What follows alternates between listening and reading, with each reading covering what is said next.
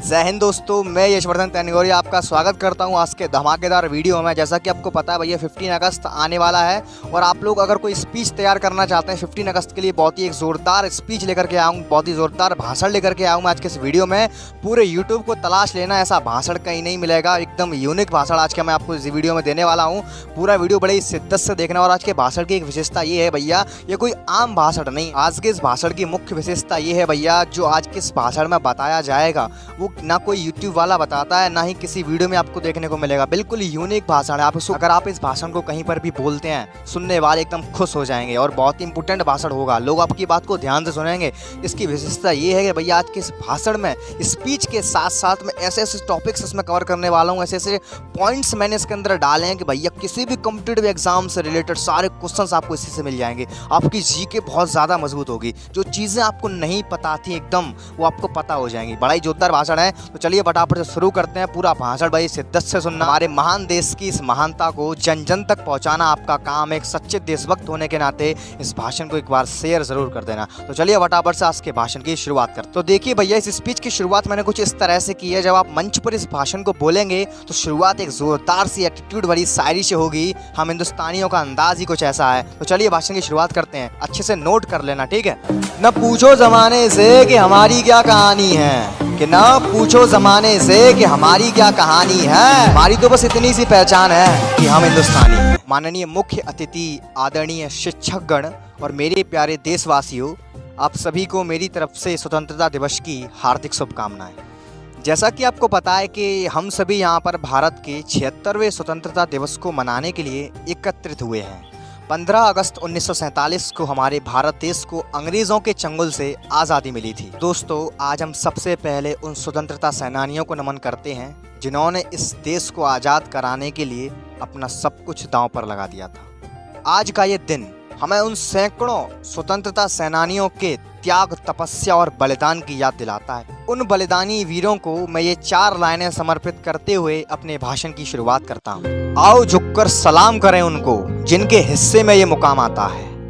आओ झुककर सलाम करें उनको जिनके हिस्से में ये मुकाम आता है। बड़ा खुशनसीब होता है वो खून जो देश के काम आता है। तो दोस्तों, आज मैं आपको स्वतंत्रता दिवस से संबंधित कुछ ऐसी अति महत्वपूर्ण रोचक जानकारियां देने वाला हूं जो हर देशवासी को ज्ञात होनी चाहिए। और आज मैं जो बातें आपको बताने वाला हूं और आज मैं जो रोचक जानकारियां आपको देने वाला हूं, इससे आपकी जितनी भी प्रतियोगी परीक्षाएं हैं सभी में यहीं से प्रश्न बनता है। किसी भी लेवल का कॉम्पिटिटिव एग्ज़ाम हो, कोई सा भी एग्ज़ाम हो, सभी एग्ज़ाम में 15 अगस्त से क्वेश्चन जो बनने वाले हैं, जितने क्वेश्चंस बनते हैं वो सभी आज की इन रोचक जानकारियों में सारे कवर हो जाएंगे। तो मेरी बातों को बड़ा ध्यान से सुनना। 15 अगस्त यानी आज ही के दिन को हम स्वतंत्रता दिवस के रूप में मनाते हैं।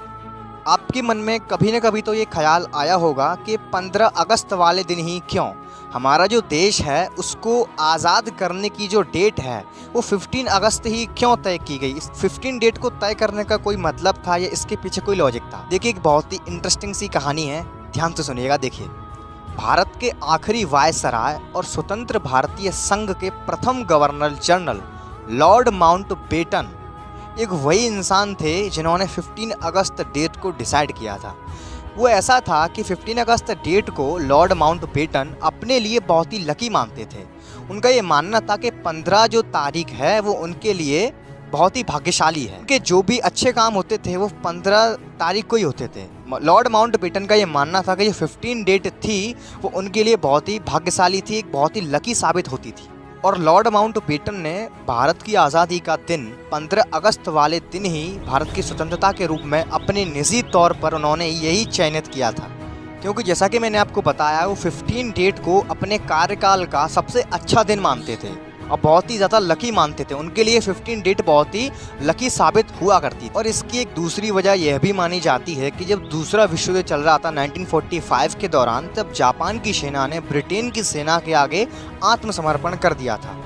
और जब 15 अगस्त वाली डेट को भारत की स्वतंत्रता के लिए चयनित किया गया तो भारत में जितने भी आपके ज्योतिषी और पंडित वगैरह थे उनमें सब में एक आक्रोश पैदा हो गया। उनकी गणनाओं के हिसाब से जो 15 डेट वाला जो दिन था, 15 जो डेट थी वो बहुत ही अमंगलकारी थी। उनके हिसाब से 15 डेट काफ़ी अशुभ थी और उन्होंने विकल्प के तौर पर लॉर्ड माउंटबेटन से चर्चा भी की, जिनमें उन्होंने अन्य तिथियों का भी सुझाव दिया था कि हम 15 तारीख को ना करके 14 डेट को रख लें या 16 को रख लें, 15 को नहीं रखें, यह बहुत ही अमंगल है हमारे हिसाब से, ऐसा उन ज्योतिषियों का कहना था। पर लॉर्ड माउंटबेटन अपनी बात पर ही अड़े रहे। उन्होंने कहा कि नहीं, अब तो मैंने डिसाइड ही कर लिया है, मैं 15 अगस्त वाले दिन ही भारत की स्वतंत्रता की घोषणा करता हूँ और उसी दिन भारत आज़ाद होगा। अब जो क्या है, सारे ज्योतिषी बड़ा परेशान, बड़ा सोच में पड़ गए कि अब क्या करें। हमारी गणनाओं के हिसाब से जो दिन पड़ रहा है 15 अगस्त का, वो अमंगलकारी है, अब क्या करें। तो बड़ा ही सोचने समझने के बाद बड़ी ही चालाकी से उन्होंने एक सुझाव दिया।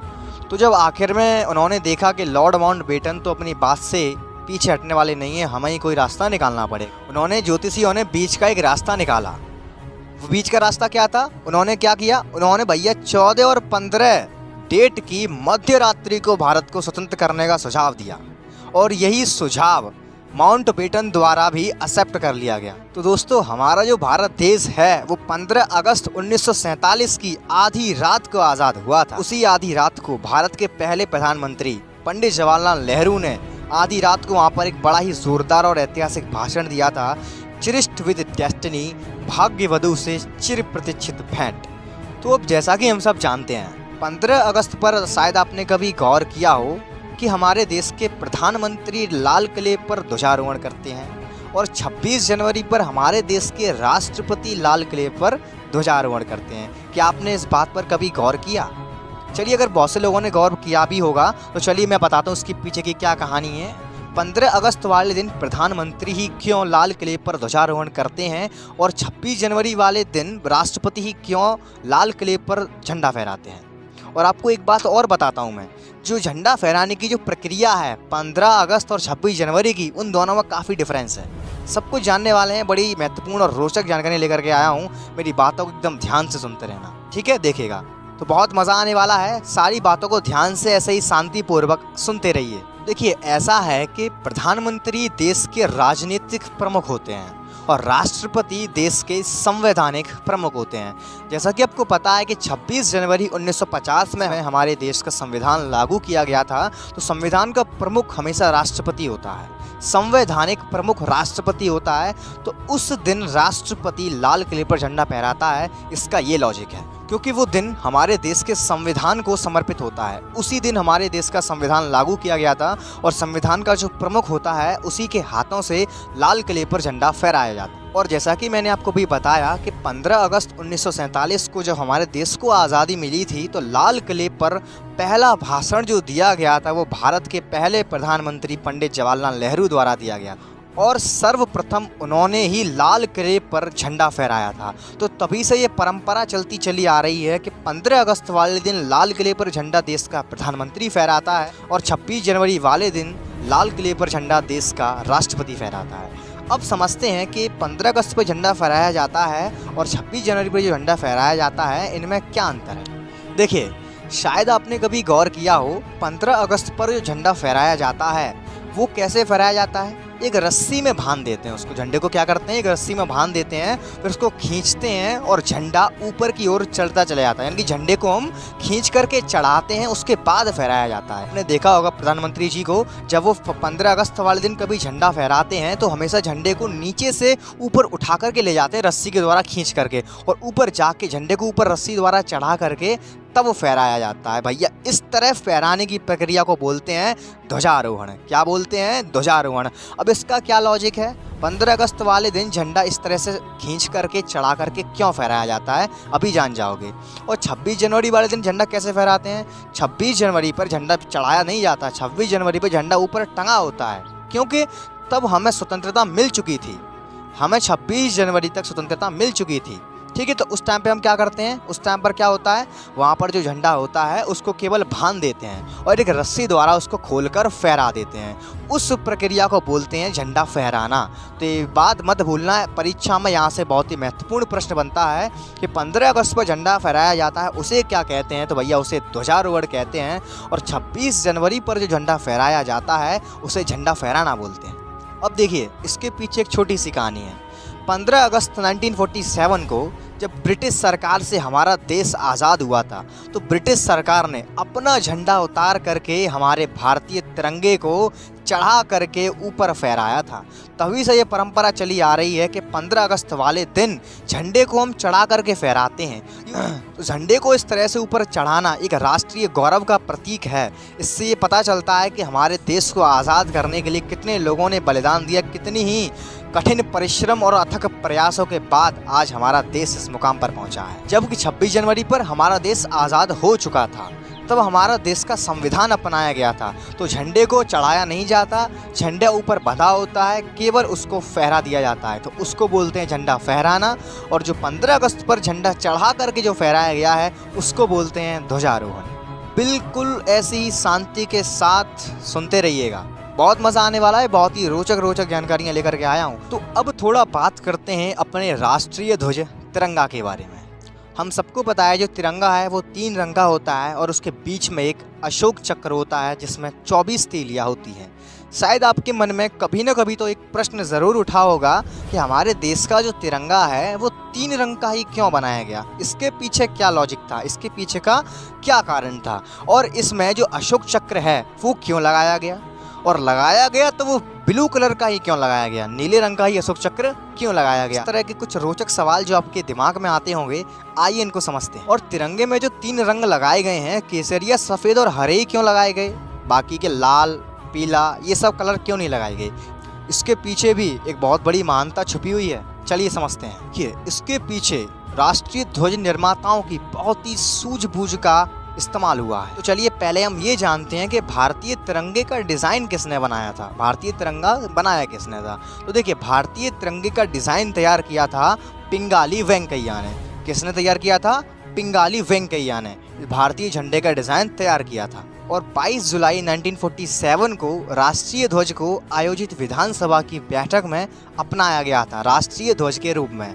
इसलिए यहाँ से एक और चीज़ क्लियर होती है, यही कारण है कि हम 22 जुलाई को ही राष्ट्रीय ध्वज दिवस मनाते हैं। और जो पिंगाली वेंकैया थे भारतीय ध्वज के डिज़ाइनर, उन्होंने इस भारतीय ध्वज की जो लंबाई और चौड़ाई का अनुपात है वो 3:2 रखा। ध्यान से सुनिएगा, प्रतियोगी परीक्षाओं में ये प्रश्न जरूर बनता है कि भारतीय ध्वज की लंबाई और चौड़ाई का अनुपात क्या है और इसको किसने बनाया था। तो याद रखिएगा, पिंगाली वेंकैया ने इसको बनाया था और इसकी जो लंबाई और चौड़ाई है उसका अनुपात 3:2 है, 3:2। और 22 जुलाई 1947 में इसको राष्ट्रीय ध्वज माना गया था। तो यहाँ से सवाल निकल करके आता है सभी प्रतियोगी परीक्षाओं के लिए, राष्ट्रीय ध्वज दिवस कब मनाया जाता है? तो भैया 22 जुलाई को वो मनाया जाता है। इसके पीछे का लॉजिक समझ में आ गया, क्योंकि 22 जुलाई को ही राष्ट्रीय ध्वज को मान्यता मिली थी और तभी इसे राष्ट्रीय ध्वज घोषित किया गया था। अब बात करते हैं कि राष्ट्रीय ध्वज के कलर्स के बारे में। 3 रंग का ही क्यों बनाया गया और इन्हीं कलर का क्यों बनाया? देखिए, देश को एक सूत्र में बांधने के लिए बड़ी ही सूझबूझ के साथ इन 3 रंगों का और एक अशोक चक्र का उपयोग किया गया। सभी का अपना अलग अलग महत्व है, आइए जानते हैं। केसरिया रंग, तिरंगे में मौजूद केसरिया रंग साहस और बलिदान का प्रतीक है। वहीं सफ़ेद रंग सच्चाई और पवित्रता की निशानी है। और तिरंगे का तीसरा रंग यानी हरा रंग संपन्नता की निशानी है। ये तीनों रंग मिलकर देश के गौरव का प्रतीक बनते हैं और भाईचारे के संदेश के साथ ही जीवन को ज्ञान भी देते हैं। तो ये था तिरंगे में इन्हीं 3 रंग होने का महत्व। आइए अब जानते हैं कि तिरंगे में अशोक चक्र का क्या महत्व है और ये नीले रंग का ही क्यों होता है और तिरंगे में अशोक चक्र को किसने ऐड किया था। तो देखिए, नीला अशोक चक्र राष्ट्रीय ध्वज का एक चौथा प्रतीक है। और जब हम जीवित होते हैं तो हमारे जीवन में जो गतिशीलता होती है और मृत्यु के बाद हमारे जीवन की इसी गतिशीलता में ठहराव आ जाता है। तो हमारे जीवन के इसी परिवर्तन और मृत्यु के बीच जो ये परिवर्तन हमारे जीवन में होता है, ये जो नीला रंग लिया गया है भैया, ये इसी को चिन्हित करता है। अब नीले रंग के अशोक चक्र को तिरंगे पर लगवाया गया था, तभी इस बात को क्लियर कर लिया गया था, इसमें जो नीला रंग है ये हमें हमेशा याद दिलाता रहेगा कि हमारा जो जीवन है वो परिवर्तनों से भरा हुआ है और हमें जीवन में आने वाले परिवर्तनों को निसंदेह स्वीकार करना चाहिए और हमेशा देश भविष्य में तरक्की करता रहे। यहाँ से हमें ये रोचक जानकारी पता लगी कि नीले रंग का ही अशोक चक्र तिरंगे में क्यों लगाया गया। ऐसे ही शांति पूर्वक सुनते रहिए और मज़ा आने वाला है और रोचक जानकारी मैं आपको देने वाला हूँ। आइए अब बात करते हैं कि तिरंगे झंडे में उन 3 रंग के साथ साथ अशोक चक्र का चौथा नीला रंग जो बनता है, हमारे अकॉर्डिंग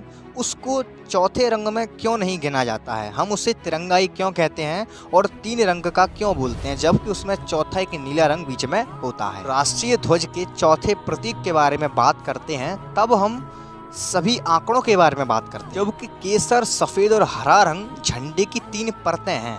इस वजह से हम इनको रंग के रूप में मानते हैं। और वहीं अशोक चक्र पूरे आंकड़ों के साथ राष्ट्रीय ध्वज का चौथा प्रतिनिधि है। अशोक चक्र में विद्यमान 24 तीलियों का अपना एक अलग महत्व है, उनका एक अलग मतलब है। इस वजह से अशोक चक्र को एक साधारण नीला रंग नहीं माना गया, यानी कि जो अशोक चक्र है वो अपने आप में एक ब्रांड है, एक साधारण सा कलर नहीं है, अपने आप में एक ब्रांड है, उसकी अपनी अलग महत्वता है। तो यही कारण है कि तिरंगे में 4 रंग होने के बावजूद भी हम उसे तिरंगा बोलते हैं। तो दोस्तों, हम भारतीयों की आन बान शान अपने तिरंगे को ये 4 लाइनें समर्पित करते हुए अपनी वाणी को मैं विराम देता हूँ। दे सलामी इस तिरंगे को जिससे तेरी शान है। एक बार मेरे साथ साथ बोलिएगा सभी लोग, दे सलामी इस तिरंगे को जिससे तेरी शान है, और फहराना हमेशा ऊंचा इसको जब तक तुझ में जान है, जब तक तुझ में जान है। तो आशा करता हूं कि मेरे द्वारा दी गई महत्वपूर्ण और रोचक जानकारियां